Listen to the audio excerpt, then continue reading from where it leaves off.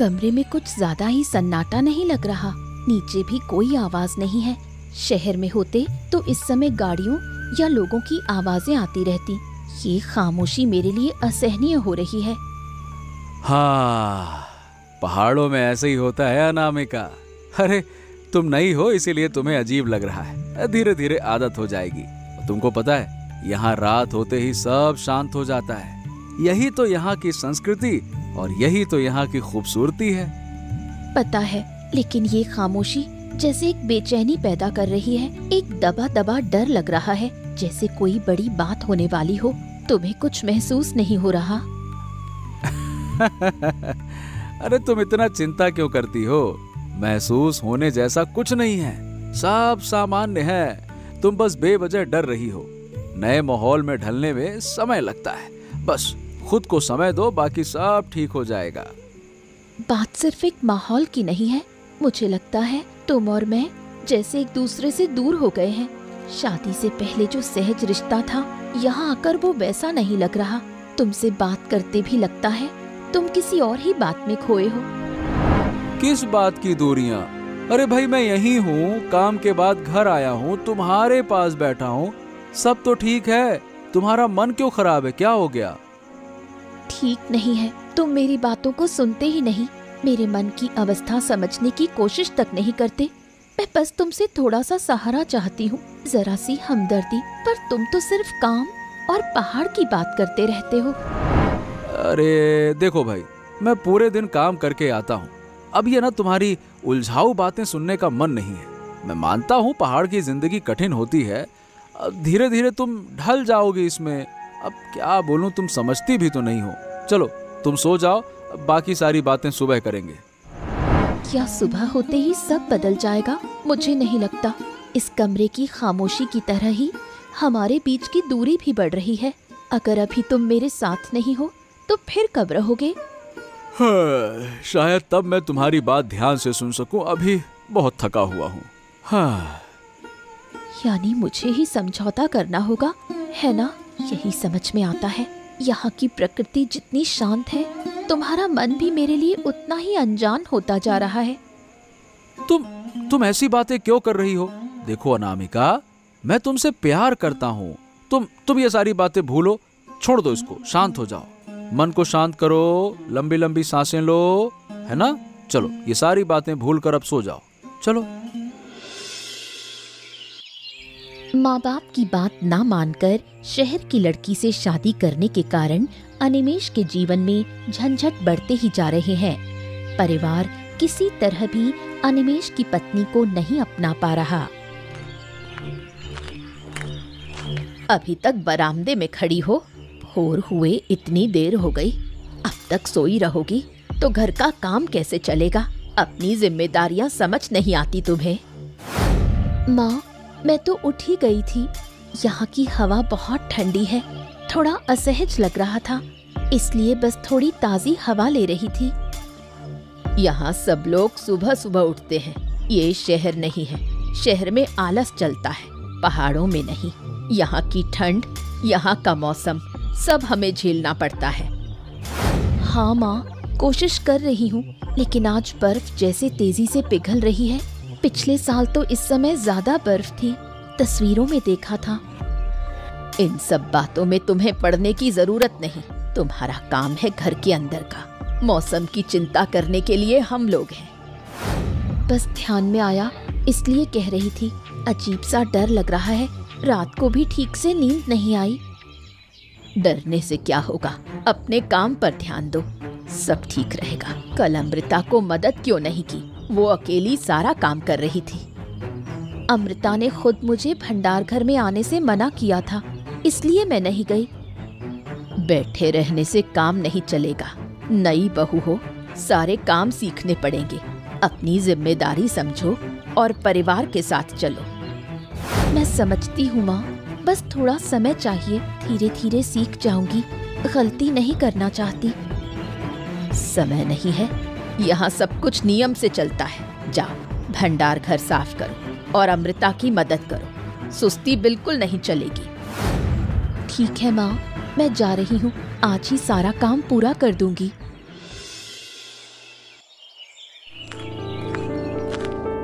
तुमने ये सब सामान ऐसे क्यों रखा? क्या ये तुम्हारा शहर वाला किचन है? सब अस्त व्यस्त कर दिया। माँ ने क्या सिखाया तुम्हें? मैं तो ठीक ही रख रही थी, शायद तुम अलग तरीके से रखती हो।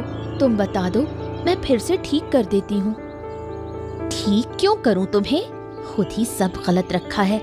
जरा सा भी दिमाग नहीं है। आंखें कहाँ थी तुम्हारी? ऐसे मत बोलो, मैं समझ नहीं पाई। बस तुम सिखा दो, मैं सही कर दूंगी। पहले कभी ऐसा काम नहीं किया। अब ये सब तुम्हें सिखाना पड़ेगा? आँखों से देखकर भी तो समझ नहीं सकती थी। तुम सिर्फ आलस करती हो। इतना आसान काम भी नहीं होता तुमसे। आलस नहीं कर रही, माहौल में ढलने की कोशिश कर रही हूँ। तुम हर बात का दोष क्यों दे रही हो? दोष क्यों ना दूं? शहर की लड़कियां बस आराम ढूंढती हैं, कठिन काम करने की आदत नहीं होती। शहर में भी मैं आलसी नहीं थी, अपना काम करती थी। तुम्हारे साथ झगड़ा अच्छा नहीं लगता। झगड़ा तुम कर रही हो। भंडार घर मैंने गुथा था, तुमने बिगाड़ कर रख दिया। अब तुम ही ठीक करो, मैं तुम्हारी कोई बात नहीं सुनूंगी। ठीक कर रही हूँ, बस मुझे शांति से काम करने दो। यहाँ शांति नहीं मिलती, काम करके ही शांति कमानी पड़ती है। जाओ, ये सामान किचन में रखो, सावधानी से। मैं नहीं करूँगी। तुम मुझे आदेश क्यों दे रही हो? मैं तुमसे छोटी नहीं हूँ। छोटी नहीं हो, पर इस घर की नई बहू हो, और मेरा काम है घर के नियमों को बनाए रखना। और यहाँ नियम है बड़ों की बात मानना। बाबूजी, क्या आपने देखा है? बर्फ आज ज्यादा तेजी से पिघल रही है, पिछले कुछ दिनों से भी ज्यादा। मुझे डर लग रहा है। हाँ बेटी, मैंने भी देखा। ये सामान्य नहीं है। इतनी तेजी से पिघलना अच्छा संकेत नहीं होता। इसके पीछे कोई गहरा कारण है। क्यों बाबूजी? बर्फ पिघलेगी तो रास्ता साफ होगा, इसमें बुरा क्या है? बात उतनी आसान नहीं है। ये बर्फ एक दूसरे पर दबाव बनाकर रहती हैं। अचानक तेजी से पिघलने पर नीचे की मिट्टी का दबाव कम हो जाता है, और ये पहाड़ के लिए खतरा है। नीचे का दबाव कम हो जाए तो क्या हो सकता है? कोई बड़ी समस्या? हो सकती है। पहाड़ के नीचे की मिट्टी और पत्थर ढीले हो सकते हैं। पानी ज्यादा जमा हो जाए तो बंधन टूट जाता है, तब भूस्खलन का खतरा ज्यादा होता है। आपकी बात सुनकर डर और बढ़ गया है। मुझे लग रहा है कोई बड़ा हादसा होने वाला है। हाँ बेटा, अब घबराहट तो मुझे भी है। एक तो उम्र भी ज्यादा हो गई है, और पहाड़ का मिजाज पहचानता हूँ। ऐसा मौसम कभी अच्छा फल नहीं देता। ये समझ लो कि प्रकृति रूठी है इस बार। हमें कुछ करना चाहिए, अनिमेष को बताना चाहिए, योजना बनानी चाहिए। अब बताने से कुछ नहीं मिलेगा। सावित्री और अमृता मेरी बात नहीं मानेंगी। कहेंगी अब बूढ़ा हो गया है, इसीलिए डरता रहता है। अब फालतू में झगड़ा ही होगा और कोई परिणाम नहीं निकलेगा। लेकिन अगर सच में खतरा हुआ तो हमें सावधान तो रहना ही चाहिए। पहाड़ पर किसी का वश नहीं होता बेटा। जब प्रकृति रूठे तो कोई कुछ नहीं कर सकता।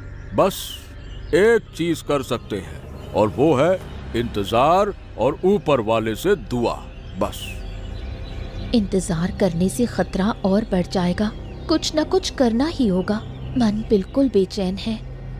अब देखेंगे बेटी, जो होगा देखा जाएगा। तुम इतना मत सोचो। शहर की लड़की होने के कारण अनामिका हर चीज में सावधानी चाहती है, जबकि अनिमेष का परिवार इसे स्वीकार नहीं करता। मैं तुमसे बहुत जरूरी बात कहने आई हूँ, इसे और टालना ठीक नहीं। अब क्या हो गया? तुम तो हर वक्त बस समस्याएं ही ढूंढती रहती हो। कभी शांत भी रहा करो थोड़ा। मैं समस्या नहीं बना रही, बाबूजी भी चिंतित हैं। बर्फ का तेजी से पिघलना सामान्य नहीं, बड़ा खतरा आ सकता है। अरे गर्मी पड़ेगी तो बर्फ तो पिघलेगी ही ना। इसमें इतनी नौटंकी करने वाली क्या बात है? तुम अपने शहर वाला दिमाग ना यहाँ मत चलाओ। हाँ, ये पहाड़ है, यहाँ सदियों से ऐसा ही होता है। ये ड्रामा नहीं है, बाबूजी ने कहा कि पानी जमा होने से नीचे की मिट्टी ढीली हो सकती है, भूस्खलन का खतरा है।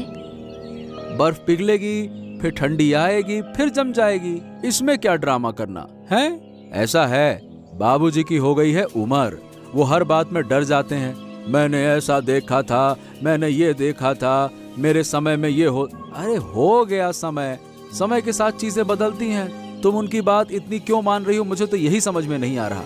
यहाँ पे तुम्हारा शहरी दिमाग नहीं चलता। नहीं तो तुम्हारा काम है घर संभालना, बस वही करो। मेरा काम सिर्फ घर नहीं है, परिवार अगर खतरे में हो तो मैं चुप नहीं रह सकती। तुम मेरी बात क्यों नहीं सुनते? मैं अनदेखा नहीं कर रहा, बस व्यवहारिक हूँ। फालतू की बात नहीं करता मैं तुम्हारी तरह। तुम्हें बेकार की चिंता लगी हुई है। यहाँ कुछ नहीं होगा, सब सामान्य है। तुम मेरे साथ ऐसा व्यवहार क्यों कर रहे हो? मुझे बस तुम्हारा साथ चाहिए। सही बताऊं तो मुझे लगता है कि तुम अब मुझ पर भी और इस माहौल पर भी भरोसा नहीं करती हो। शादी के बाद से तुम बहुत बदल गई हो। मैं नहीं बदली, तुम बदले हो। तुम मेरी बात सुनना नहीं चाहते, मेरी चिंताओं का सम्मान नहीं करते। सम्मान नहीं, मुझे तो लगता है कि तुम यहाँ के जीवन को अपनाना ही नहीं चाहती। मैं अपनाना चाहती हूँ, लेकिन लगता है हम दोनों जैसे दो अलग दुनिया के लोग हो गए हैं। मेरा मन कह रहा है इस बार शायद कुछ बड़ा होने वाला है। अंदर से एक अजीब सी बेचैनी हो रही है। ये क्या कह रही हो माँ? ऐसी बातें क्यों कर रही हो? मौसम थोड़ा भारी है, पर इतना बड़ा कुछ होने वाला क्यों लगेगा? आप चिंता मत करो। होगा, मैं पहाड़ की इस खामोशी को पहचानती हूँ। तुम्हारे बाबा भी बहुत चिंतित हैं, लेकिन वो तो बूढ़े हो गए हैं, उनकी बात कोई मानता नहीं। मुझे पक्का लगता है कुछ होने वाला है। बाबा तो हमेशा डरते रहते हैं, पर आपको क्या लग रहा है? आप तो हमेशा सही अनुमान लगाती हैं। लगता है कोई अनहोनी होने वाली है, और ये सब शुरू हुआ उस शहर वाली लड़की के आने के बाद से। उसका पैर भी ठीक नहीं है। हाँ माँ, वो तो बहुत आलसी लड़की है, कोई काम नहीं कर पाती, बस घर बिखेर कर रखती है। उसका स्वभाव ही खराब है। सिर्फ आलसी नहीं, उसके अंदर कोई अशुभ प्रभाव है। उसके आने के बाद से ही मौसम बिगड़ने लगा है। मुझे लगता है वो एक अपशगुनी लड़की है, चुड़ैल जैसी है। मेरे बेटे को फंसा लिया है।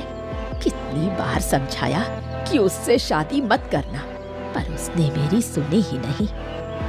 आप बिल्कुल सही कहती हो माँ। उसे देखकर मुझे भी गुस्सा आता है। हर बात में उसे आपत्ति है, जैसे वो हमारे परिवार को बर्बाद करने आई है। जब मेरा पति पहली बार पहाड़ पर आया था, तब भी ऐसा ही हुआ था।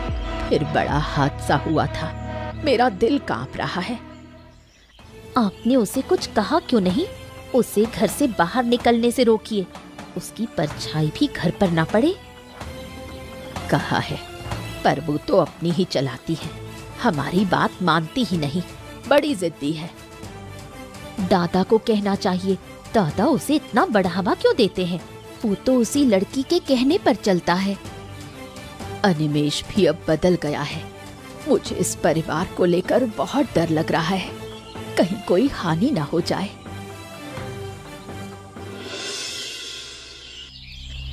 हेमंती दीदी, मैं एक बात को लेकर बहुत परेशान हूँ। बर्फ जिस तरह पिघल रही है वो असामान्य है। आप तो यहाँ की हैं, आप बेहतर जानती होंगी। बहू, जानती हूँ। मेरे पति भी यही कह रहे थे। ये अच्छा संकेत नहीं है। इतनी तेजी से बर्फ पिघलना पहले कभी नहीं देखा। सब कहते हैं कि मैं चिंता ना करूं, लेकिन मन मानता नहीं। लगता है कोई बड़ी मुसीबत आने वाली है। पहाड़ में कुछ पुराने विश्वास हैं जिन्हें हम आसानी से नहीं छोड़ते। हमारे पूर्वज इन नियमों को मानते थे। किस तरह के विश्वास? मुझे बताओ, मैं जानना चाहती हूँ। गांव वाले कहते हैं जब कोई नई अलक्ष्मी घर में प्रवेश करती है तब प्रकृति रूठ जाती है, प्रकृति का प्रकोप उतरता है ऐसा ही मानना है। अलक्ष्मी, क्या आप कहना चाहती हो मेरे आने के बाद ऐसा कुछ हुआ? क्या मुझे ही अलक्ष्मी समझ रहे हैं? मैं पक्का नहीं कह सकती, पर तुम्हारी सास और ननद शायद ऐसा ही कुछ सोच रही हैं। वो शायद तुम्हें ही इस स्थिति के लिए दोष दे रही हो। तुम सावधान रहना। मैंने क्या गलती की? मैं तो बस पर्यावरण को लेकर चिंता कर रही थी। मैं तो भला चाहती हूँ सबका। तुम तर्क से सही हो, पर पहाड़ के लोग भावना और विश्वास से जीते हैं। तुम अपने मन को मजबूत रखो। मुझे बहुत बुरा लग रहा है। मैं किसी को नुकसान पहुंचाने नहीं आई।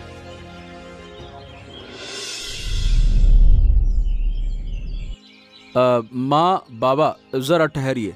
मैं आप लोग बैठिए, मैं अभी चाय बना के लाता हूँ। अनिमेष, मैं चाय बनाती हूँ, तुम बाबा से बात करो, वो बहुत चिंतित हैं। तुम्हें चाय बनाने की जरूरत नहीं, अमृता है। तुम बस चुपचाप बैठो, किसी काम को हाथ मत लगाना। माँ सही कह रही हैं, तुम बस आलस करके बैठी रहो। हमारे काम में तुम्हारी कोई जरूरत नहीं। अरे तुम लोग चुप रहो। मुझे बड़े खतरे की गंध आ रही है। मेरा दिल जोर से धड़क रहा है। ये जरूर कुछ बड़ा होने वाला है। ये क्या हो रहा है? ये इतना जोर से क्यों कांप रहा है? भूकंप है क्या पिताजी? अरे नहीं रे, ये भूकंप नहीं है। ये पहाड़ टूटने की आवाज है और हमारी तरफ आ रहा है वो। बाहर पानी की भयंकर आवाज आ रही है। बर्फ पिघलकर पानी का सैलाब आ रहा है। हम खतरे में हैं। सर्वनाश हो गया। नीचे की तरफ बर्फ पिघलने से इतना पानी आया कि सब बह गया। गांव के आधे घर टूट गए। भागो सब। नहीं, मेरा मन सही था। सब खत्म हो गया। हमारा क्या होगा माँ? क्या हम बच पाएंगे?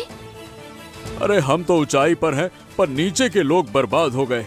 चलो, हमें उनकी मदद करनी चाहिए। हाँ, हमें तुरंत कुछ करना होगा। सबकी मदद करना जरूरी है। पानी किस दिशा से आ रहा है? क्या कोई अस्थाई बांध बन सकता है? कुछ तो उपाय करना होगा। बांध? तुम पागल हो गई हो। सब तुम्हारे कारण हुआ है अलक्ष्मी। क्यों बेवजह मुझे दोष दे रहे हैं? मैंने क्या किया? क्या किया? तुम्हारे आने के बाद ही सब हुआ। तुम्हें पहाड़ की मान्यताएं नहीं पता? ओहो, अभी इतना बात करने का समय नहीं है। नीचे के लोगों के साथ हम भी खतरे में पड़ सकते हैं। जल्दी जल्दी सोचो कि करना क्या है। फालतू की लड़ाई मत करो अभी। ये सब इसी अलक्ष्मी की वजह से हुआ। उसके आने के बाद से ही प्रकृति नाराज है। उसे अभी घर से निकाल देना चाहिए। माँ, ये क्या कह रही हो? ये प्राकृतिक आपदा है। अनामिका को क्यों दोष दे रही हो? क्या उसने पत्थर पहाड़ तोड़ा है क्या? गजब बात करती हो। उसकी कोई गलती नहीं है। आपदा नहीं, श्राप है। उसके आने के बाद से हमारे घर में चैन नहीं। अब पूरे गांव में अनहोनी हो गई। तुम समझते क्यों नहीं? माँ बिल्कुल सही है। वो हमेशा आलस करती है। अलक्ष्मी की तरह घर में पड़ी रहती है। उस पर भरोसा नहीं किया जा सकता। मैंने कोई गलती नहीं की। मैं तो पहले ही सबको सावधान करना चाहती थी। किसी ने मेरी बात नहीं सुनी। क्या करना है? अब तो बस इस अभिशाप का फल भोगना है। इसके कारण हमारा सब खत्म हो गया। अनामिका, तुम चुप क्यों हो? कुछ कहना है तो कहो। क्या कहूँ? जब कहा था तब सुना नहीं। अब दोष देना आसान है। मैं कुछ नहीं कहना चाहती। अनामिका बेटा, तुमने कहा था ना कि बर्फ असामान्य गति से पिघल रही है। बस तभी हमने ध्यान नहीं दिया। ये बेटा मेरी गलती है। मुझे माफ कर दो। तुम क्यों उसकी बात सुनने लगे? वो अलक्ष्मी है। उसकी कोई बात सुननी ही नहीं चाहिए। अब यहाँ आकर नाटक कर रही है।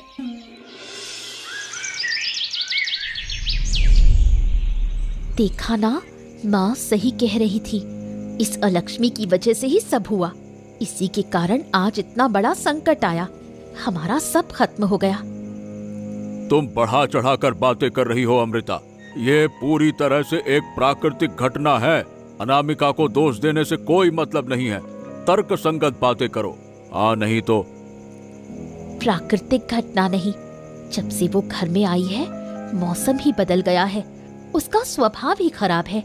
वो शहर की आलसी लड़की है, उस पर भरोसा नहीं किया जा सकता।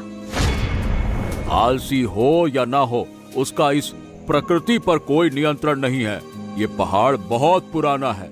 इसकी मिट्टी पहले से ही कमजोर थी। यही अब सामने आ रहा है। कुछ भी बातें करती हो। तुम भी उसके पक्ष में हो। उसने हमारे परिवार को नुकसान पहुंचाया। क्या तुम देख नहीं पा रहे? तुम उसका समर्थन कर रहे हो। मैं देख रहा हूँ कि आप सभी उसे गलत तरीके से दोष दे रहे हैं। वो पहले ही चेतावनी देना चाहती थी, पर आप में से किसी ने सुना ही नहीं। मेरी भी नहीं सुनी। चेतावनी देना चाहती थी, लेकिन उसका स्वभाव ही खराब है। किसी काम में उसका मन नहीं लगता। माँ सही कह रही थी, उसने सिर्फ हमें कष्ट दिया। तुम्हारी माँ भावनाओं में बहकर बोल रही है। तुम भी क्यों भावनाएं दिखा रही हो? मुझे तो समझ ही नहीं आता। अरे तुम्हें तर्क के साथ बात करनी चाहिए, विज्ञान के हिसाब से बात करनी चाहिए। अब जरूरी है कि ठंडे दिमाग से स्थिति को संभालो। तुम्हारी तरह एक पढ़ी लिखी लड़की अगर इन अंधविश्वासों पर भरोसा करेगी तो हम लोग क्या करेंगे? हमें कौन रास्ता दिखाएगा? हैं?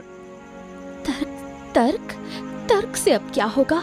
हमारा सब कुछ खत्म। इस लड़की ने हमारा जीवन छीन लिया। अरे भाई, सब कुछ खत्म नहीं हुआ। अब हमें ठंडे दिमाग से सोचना होगा कि क्या किया जा सकता है। हमें अपना जीवन फिर से सामान्य बनाना होगा। ऐसे बैठकर रोने से अपने आप ठीक नहीं होगा कुछ भी। इसकी वजह से हम संकट में हैं। संकट आया है, लेकिन इसका सामना करना होगा ना। अनामिका ने कोई नुकसान नहीं करना चाहा। वो हमारी तरह ही है। बस उसे समझाने की कोशिश बंद करो। खुद समझो।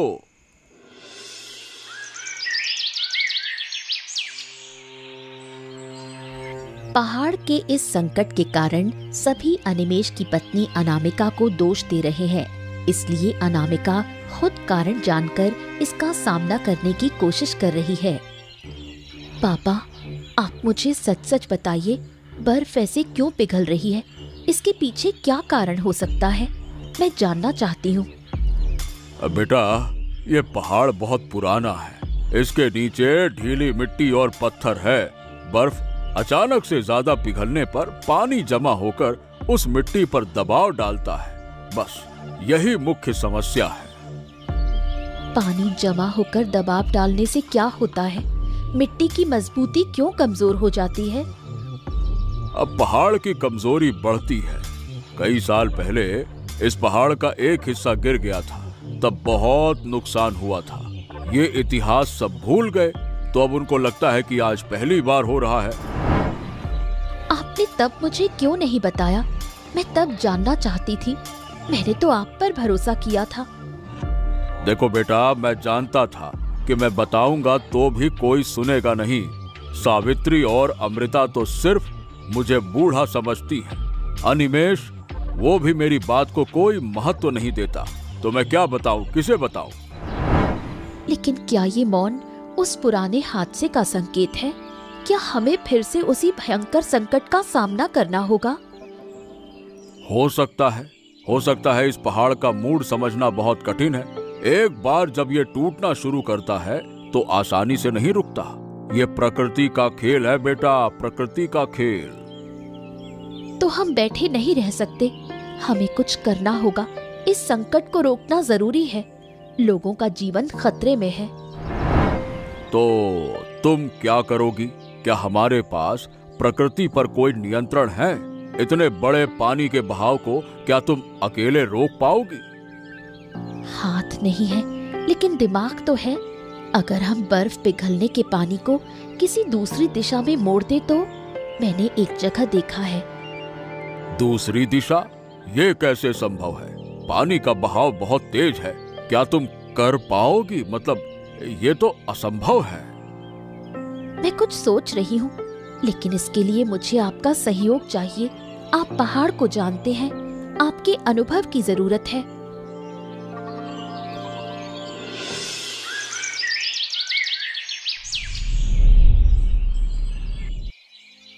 मुझे लगता है हम इस संकट को रोक सकते हैं। बैठकर कुछ नहीं होगा, हमें एक योजना बनानी होगी। तुम क्या रही हो? तुम्हारा दिमाग ठीक है? स्थिति नियंत्रण से बाहर चली गई है। अब हमारे हाथ में कुछ नहीं रहा। अब बस ऊपर वाले से प्रार्थना करो कि सब ठीक हो जाए। नियंत्रण से बाहर नहीं गया। मुझे लगता है बर्फ पिघलने के पानी को एक निश्चित दिशा में मोड़ा जा सकता है। हम इसे दूसरी ओर ले जा सकते हैं। कैसे संभव है बेटा? पानी का बहाव तो बहुत तेज है।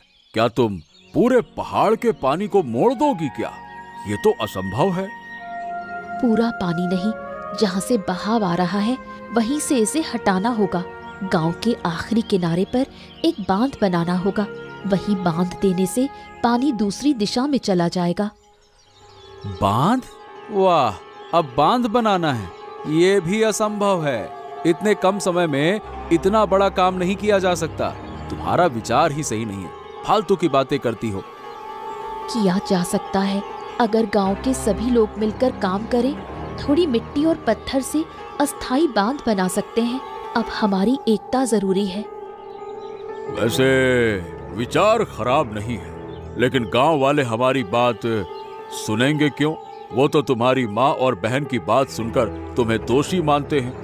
वो तुम्हें कुलक्षणी समझते हैं।